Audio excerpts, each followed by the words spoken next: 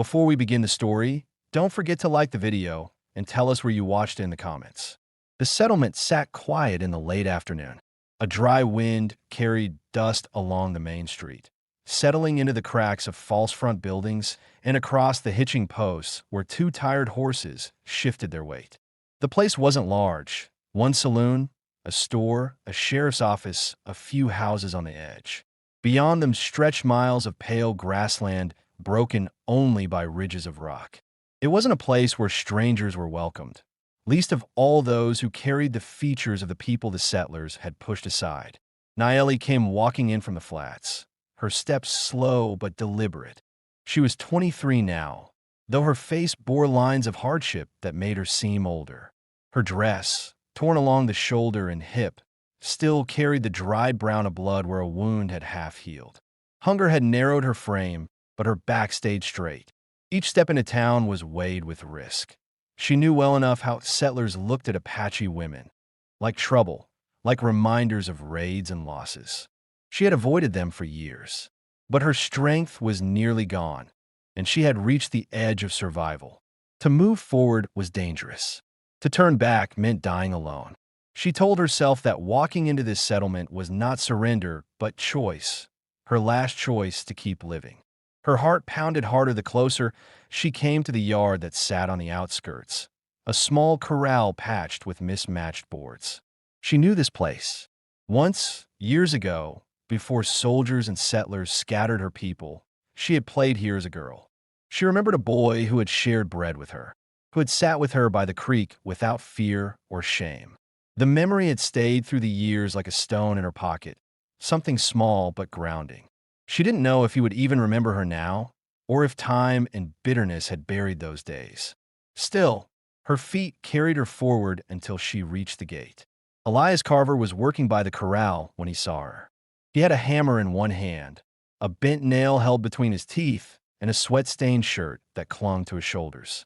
30 years old, weathered by long seasons of drifting, Elias had the look of a man who had carried burdens he never spoke of. His past was heavy with mistakes and silences. A brother dead in Kansas, a ranch job lost after a drunken brawl, too many years spent on trails where no one knew his name. He had come here 2 years ago to live quieter, repairing fences, raising a few head of cattle, and staying away from the noise of town. People said he preferred his own company, and that was mostly true. Keeping distance was easier than losing again. When he first noticed the figure by the gate, his body tightened in caution.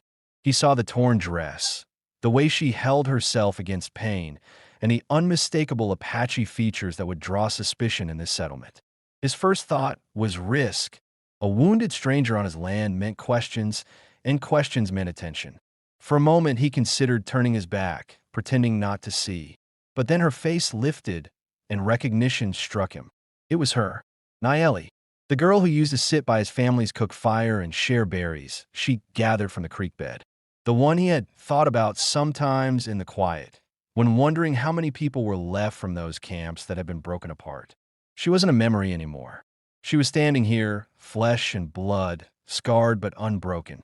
Naeli saw the hesitation in his eyes, and fear touched her stomach. If he rejected her now, there was nowhere else to go. She steadied her voice, pushed down the tremor that wanted to rise, and said quietly but firmly, "Don't you recognize me, Cowboy? I'm your childhood love," said the Apache beauty. Elias's jaw tightened. The words cut past years of silence and drift.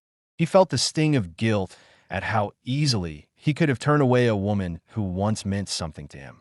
For a moment, he wrestled with doubt about the town, about the trouble her presence could bring, about whether he was strong enough to carry someone else's weight again.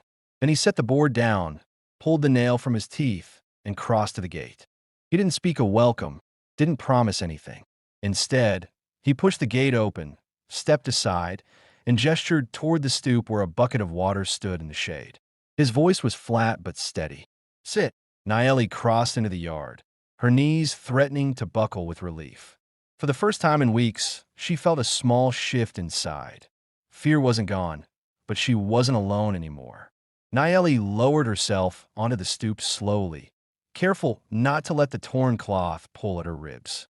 The bucket of water stood in front of her, sunlight glinting on the tin ladle, and she reached for it with hands that trembled more from weakness than fear. The first swallow burned her throat, but she kept drinking until her chest eased. Elias stood a few paces away, hammer still in his hand, silent and watchful. His thoughts pressed on him. This was no longer a memory at his gate. This was flesh and blood, and her presence meant trouble with the town. Yet he couldn't send her back out into the flats. Not when he could see the wound dark against her dress and the raw exhaustion on her face. Inside the house, the air was close and heavy from the stove that had been burning since morning. The room was plain. One table, two chairs, a narrow bed pushed against the wall, and shelves with a few jars of beans and dried corn. Elias had built it for himself, never thinking about company. He motioned her in, and she followed, stepping across the threshold with hesitation, knowing how rare it was for someone here to open a door to her. She looked around quickly, registering the bare boards, the tools stacked in the corner, the way everything was kept in order. It spoke of a man who lived alone, who worked hard, and who trusted little. Elias pointed to the table, then set down the plate he had left from his own meal, cornbread, a heel of bacon, beans thickened from the morning. She looked at him, waiting, not wanting to assume. He gave a short nod. Eat. That one word settled her doubt. She took small bites, pacing herself, her eyes dropping to the food as if afraid he might take it back. While she ate, Elias poured water into a basin, set it on the table, and placed a folded cloth beside it. Then he hesitated, realizing what the silence in the room carried. He spoke with a measured tone, his eyes fixed on her wound. You walked far. From where? She chewed slowly, swallowed, then answered. From the river west of here. Weeks. My people scattered after soldiers came. I kept moving east. Her voice was flat, not dramatic, but the words carried the truth of hunger and flight. She added after a pause, I avoided ranchers, avoided dogs, hid when I had to. I thought I would not reach another settlement. Elias felt the weight of her words. He remembered the year her band had been forced out. He remembered his father cursing soldiers and settlers alike for stirring up war, and he remembered the girl who had vanished with the others. Looking at her now, scarred and thin, he felt guilt twist in his chest, because he had stayed silent when the camps were burned, because he had gone on with his life while hers had been torn apart. Nayeli pushed her plate aside after finishing half, careful not to appear greedy. She unknotted the pouch tied under her dress and pulled out a small roll of sinew thread, a bone needle, and a scrap of cloth, her only supplies. She looked at him with a steady gaze. I need to close the wound better. She gestured to her side where the fabric was stiff with blood. Elias didn't answer right away. Part of him wanted to leave the room, to avoid what he might see, but another part refused to turn his back. Without a word, he lifted the lamp, set it closer, and then stood by in case her hands failed. She gritted her teeth as the needle pierced skin, her breathing sharp. The first stitch slipped, and her hand shook. Elias leaned in, holding the lamp steady, the light catching the sweat on her forehead. Take it slow, he said quietly, his voice carrying neither pity nor judgment. She steadied and finished the job, tying the knots with care. By the end, her face was pale, but her hand did not tremble anymore. She tore a strip from her hem and wrapped it firm around her ribs. When it was done, Elias poured hot water from the kettle into a cup and dropped a pinch of willow bark into it, letting it steep. He placed it before her. She touched the cup, then looked at him with the faintest nod, a wordless thanks. The silence stretched, heavy but not hostile. It was the silence of two people who shared a past, but had not yet decided if they could share a present. Nayeli wondered if he would let her stay, or if this was only for the night. She also thought of the town, of eyes that would soon turn toward her. Elias wondered the same, already picturing whispers at the store and the sheriff's watchful gaze. Yet neither spoke the decision aloud. Elias finally took the other chair, sitting across from her, arms resting on his knees, eyes fixed on the floorboards as if answers might be found there. The truth was simple. She had survived weeks alone, but she could not last much longer without help. And he had spent too many years turning away from others. This time, he didn't want to. Outside, the corral gate creaked in the wind. Inside, the stove settled with a pop. Both of them sat in silence, each holding their own doubts, but neither reaching for the door. For now, that was enough. The next morning broke with a pale sky and a faint chill that came before the sun reached the flats. Elias stepped out early, the hammer still tucked in his belt, and checked the fence line while his coffee cooled on the porch rail. He had not slept much. Every time he closed his eyes, he saw the way Nayeli had stitched her own wound by lamplight, her face locked in quiet determination. It was a sight that carried respect, but also unease, because he knew what her presence would stir in town once word spread. Inside, she had woken before dawn, sweeping the floor with a makeshift broom, moving carefully so her ribs did not pull. It was instinct for her to work, to show she was no burden. She boiled the leftover beans, added a handful of dried herbs from her pouch, and set the pot on the stove so the smell would fill the room. She had learned long ago that people watched not only what you said, but how useful you were. Her mind stayed sharp with worry. She knew this kindness from Elias could end if the town pressed him too hard. Still, she forced herself to act like she belonged, even if only for one day. By mid-morning, the first sign came. The storekeeper's boy, no more than 12, wandered down the road with a sack of feed slung over his shoulder. He slowed when he reached the fence and peered at the stoop, his eyes widening when he saw Nayeli sitting there in the sun. He lingered long enough to memorize her face before sprinting back toward the square. Nayeli saw him go. Her stomach tightened. She had lived long enough near settlements to know how quickly whispers turned to stares and stares turned to trouble. Elias returned to the yard and caught her eyes as she shifted uneasily. He understood without needing words. It started, he said flatly. She only nodded. By noon, two men leaned on the rail outside the saloon, smoking and pointing toward the Carver place. They didn't approach, but their presence was a signal. The sheriff himself rode past an hour later, his horse moving slow, the dust rising in steady puffs beneath its hooves.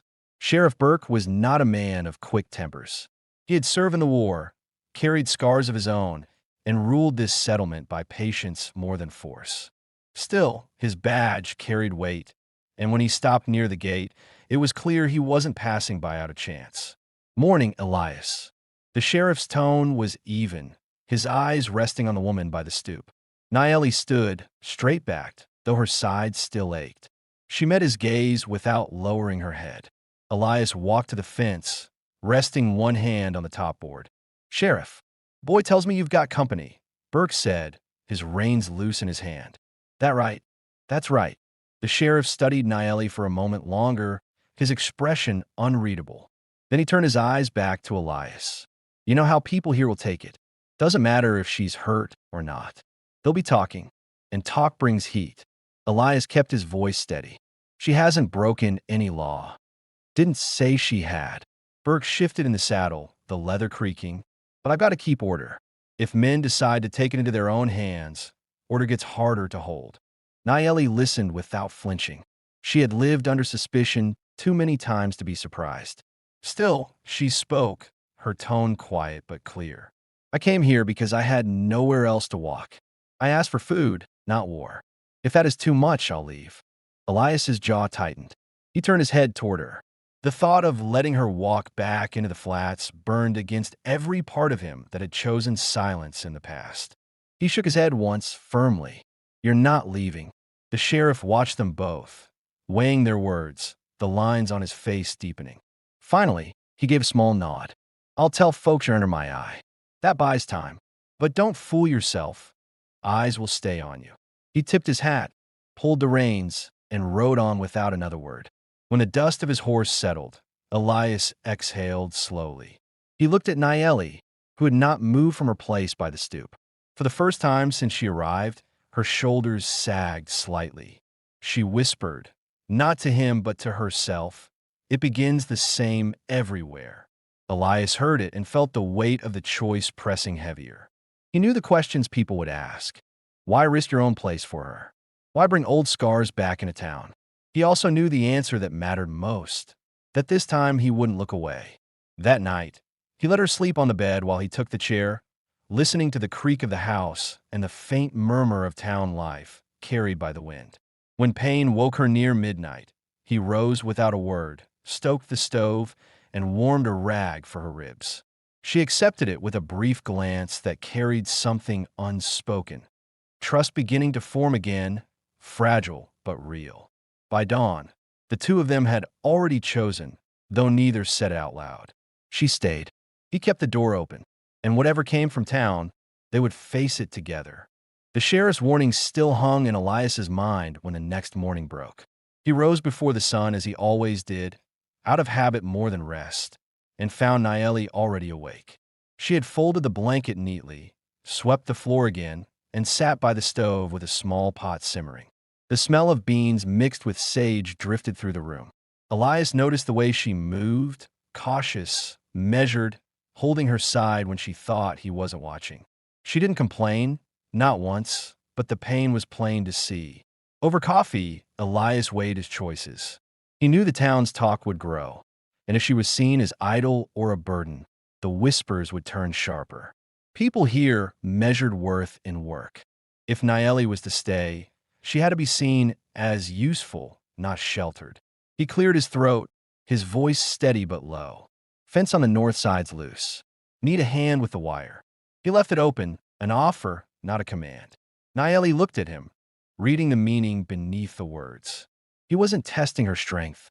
He was giving her a way to belong, to prove herself. She set the pot aside, tightened the wrap around her ribs, and nodded once. Show me. The two of them walked out into the yard. The boards leaned where cattle had pressed through last season, the ground undercut by wind. Elias carried a shovel and a spool of wire. She carried a hammer. He dug while she held the post upright, her face tightening with the strain but refusing to yield. When the wire slipped, she adjusted her grip without waiting for him to correct her. Elias watched from the corner of his eye. Her hands were quick, practiced. She had worked before, maybe not on a corral, but enough to know the rhythm of labor. By midday, they had reset 2 posts and braced a corner. Sweat clung to their skin, dust rising from the dry ground, but neither spoke much beyond what was needed. Hold it steady. Hand me the nail. Pull tighter. Their silence wasn't empty. It was the kind that builds trust and shared effort. When they paused, Elias asked what had kept her alive these past weeks. It was a question that had lingered in his mind since the night she arrived. Naeli answered plainly, her voice even, prickly pears, creek water, roots when I could find them. I stayed low, avoided trails. If soldiers saw me, I would not be here. She didn't embellish, didn't soften the truth. Elias felt a heaviness in his chest, picturing her alone, carrying wounds without help. He realized then how deliberate her choice had been in coming here. Not desperation alone, but memory. She had remembered the boy who once shared bread and believed he might not turn her away as others would. That afternoon, Naeli insisted on cooking. She took what little they had, cornmeal, beans, a strip of salt pork, and stretched it into something that felt like a meal. She added herbs from her pouch, stirring slowly, the steam rising in the small house. Elias sat at the table, watching. He thought of how long it had been since another person had moved about this space, since he had heard the sound of someone else's hands working at his stove. He had built this place to keep others out, and now it no longer felt empty. When the food was ready, she set his bowl in front of him first. It was a small gesture, but Elias noticed it. Respect. Gratitude. He nodded, not out of politeness, but acknowledgement. They ate without hurry, and for the first time since her arrival, the silence between them carried less weight. Later, when Elias prepared to ride into town for supplies, Naeli asked quietly, "Do you want me to stay inside?" The question revealed her fear that being seen might worsen the talk. Elias considered it carefully. Hiding her would not stop suspicion. He answered plainly, "Stay in the yard. Work if you can. People notice work more than shadows." She gave a faint smile, almost the ghost of the girl he once knew. "Then I will work." At the store, Elias bought flour, salt, and a bolt of coarse cotton. The storekeeper's eyes narrowed, but Elias met his stare without flinching. "She'll need the cloth," Elias said, paying in cash. It was the first time he had spoken of her, as if she belonged. When he returned, Naeli had swept the porch, gathered kindling, and washed the plates. She stood waiting, hands raw from scrubbing, but her chin lifted. Elias handed her the cloth without comment, and she accepted it with quiet dignity.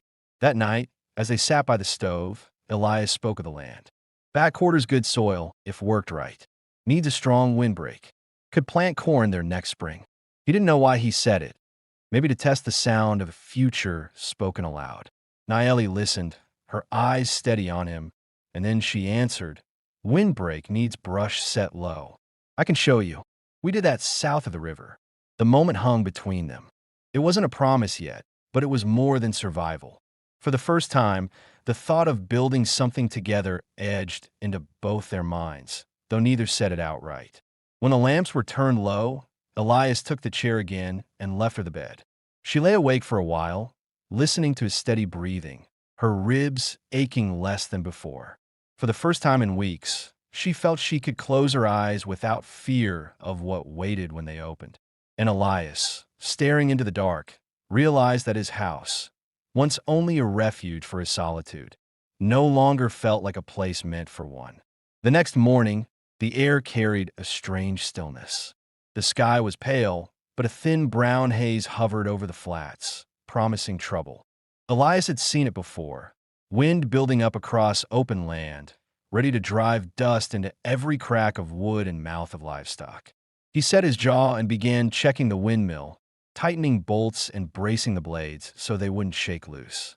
Naeli watched from the stoop, her braid pulled tight, the wrap around her ribs hidden beneath the coarse cotton he had brought her from town. She recognized the weight in his movements. This was preparation. When Elias came back to the yard, she asked directly, "What is coming?" He studied her for a moment, then answered without softening it. "Dust storm, strong enough to choke the cattle, blind a man if he's caught outside. We'll need water set close and every latch tight." He paused before adding, "You sure you're up for work?" Her expression was steady. "If I cannot work in a storm, I should not be here." The quiet resolve in her voice left no space for doubt. Together they moved quickly. Elias carried heavy buckets to the corral troughs, while Naeli tied cloths around the tops so the water wouldn't foul with grit. She limped slightly when she bent, but she forced herself through it. When the windmill creaked under the first push of air, Elias looked up at the sky, then back at her. "Inside soon, but first the boards on the west side. Help me hold them." They nailed 2 loose planks over the gaps where dust could drive in. The hammer jarred her ribs each time she steadied the board, but she held firm. Sweat traced across her temple, and Elias noticed, ready to take over, but she refused with a shake of her head. He saw then that she wasn't proving herself to him anymore. She was proving to herself that she could still endure. By midday, the wind arrived full, sharp with grit. The air turned brown, swallowing the view beyond the yard. Dust pressed under the doorframe, sifted through every seam in the wall. Inside, Elias pushed cloth into the cracks while Naeli dampened rags and laid them across the sill. Their world shrank to the space of that single room, the howl outside louder than any voice. They worked side by side until there was nothing left to do but wait. Sitting at the table, they ate what was left from the pot she had cooked that morning. Each spoonful carried grit despite their efforts, and the air stung their throats. Naeli coughed once, pressed the rag against her mouth, and looked at him. "How long?" she asked.